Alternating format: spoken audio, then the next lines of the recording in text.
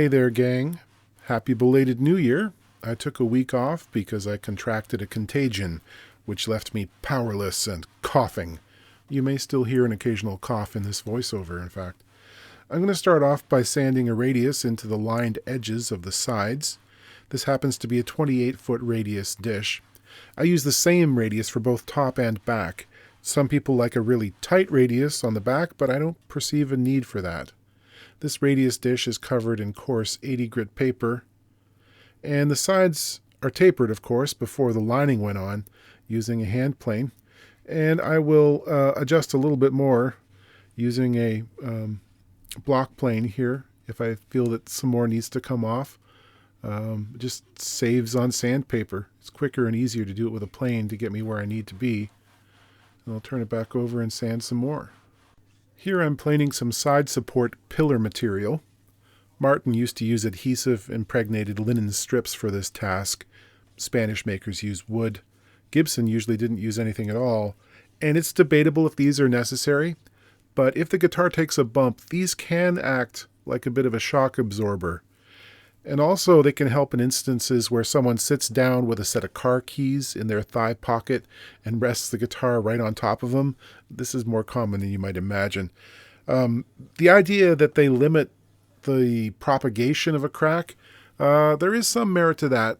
However, unless you devise a system for the supports to go under the lining and bridge the entire width of the side, sometimes that crack will run right along the lower edge of the curved lining, which is actually kind of a difficult place to fix.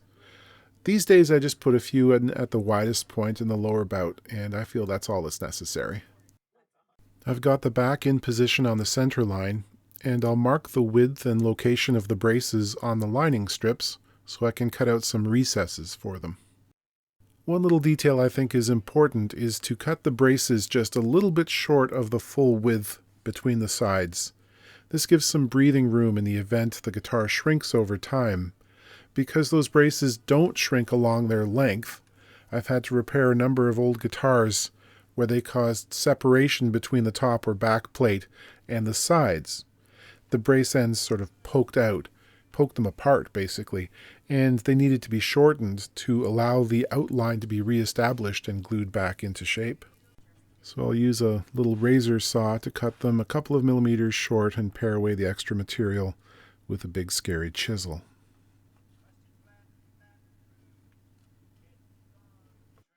The ends of the braces have been pared to a height of 2 millimeters, and I'll excavate the lining to that depth using a little spiral cutter in my Dremel.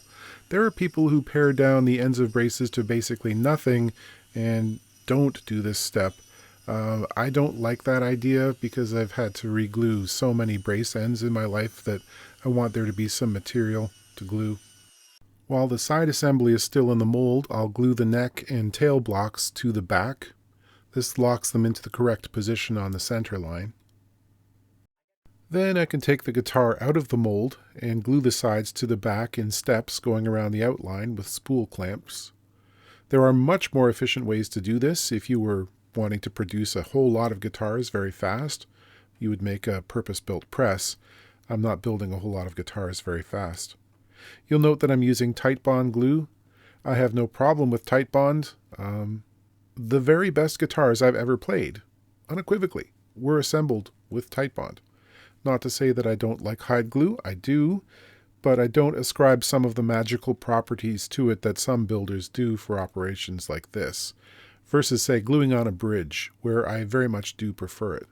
In Spanish-style building, usually the top is glued on first, but putting the back on first allows us to really clean up the glue squeeze out and make things look neat if you're peering in through the sound hole. I made a little label. I'll glue that in with Titebond as well.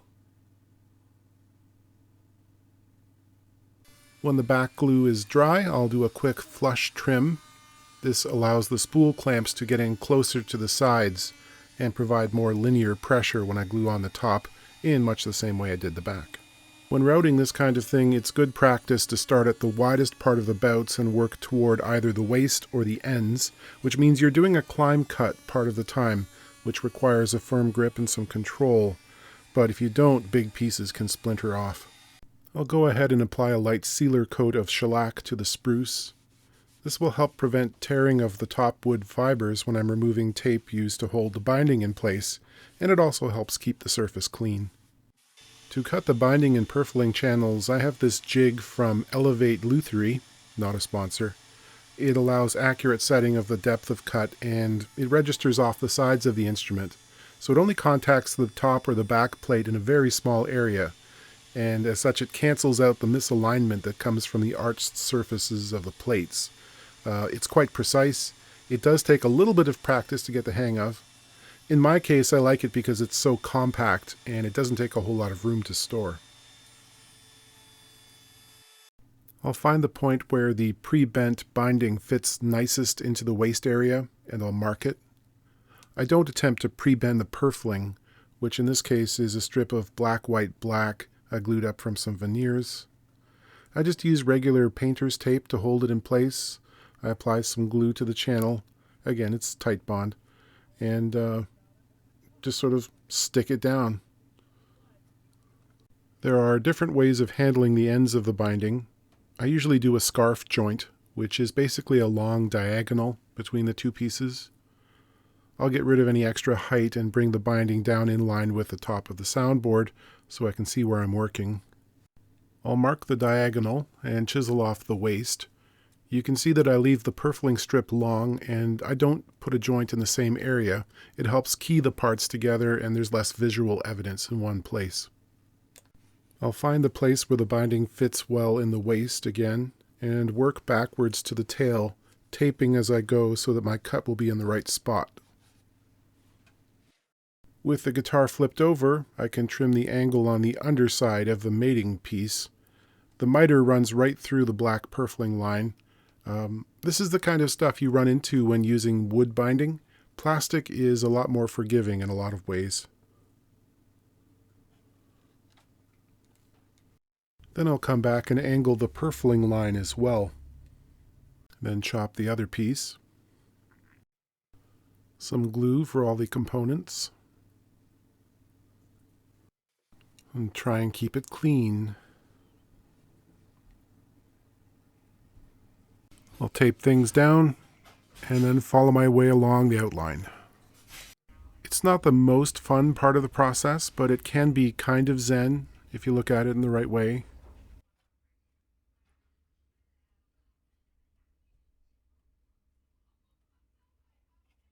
I tend to work in a length of about 6 inches at a time.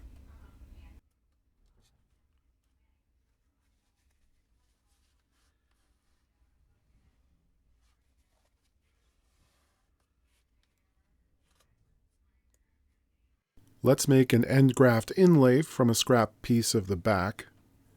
This has always been a neat way of dealing with the joint between the sides that happens at the tail.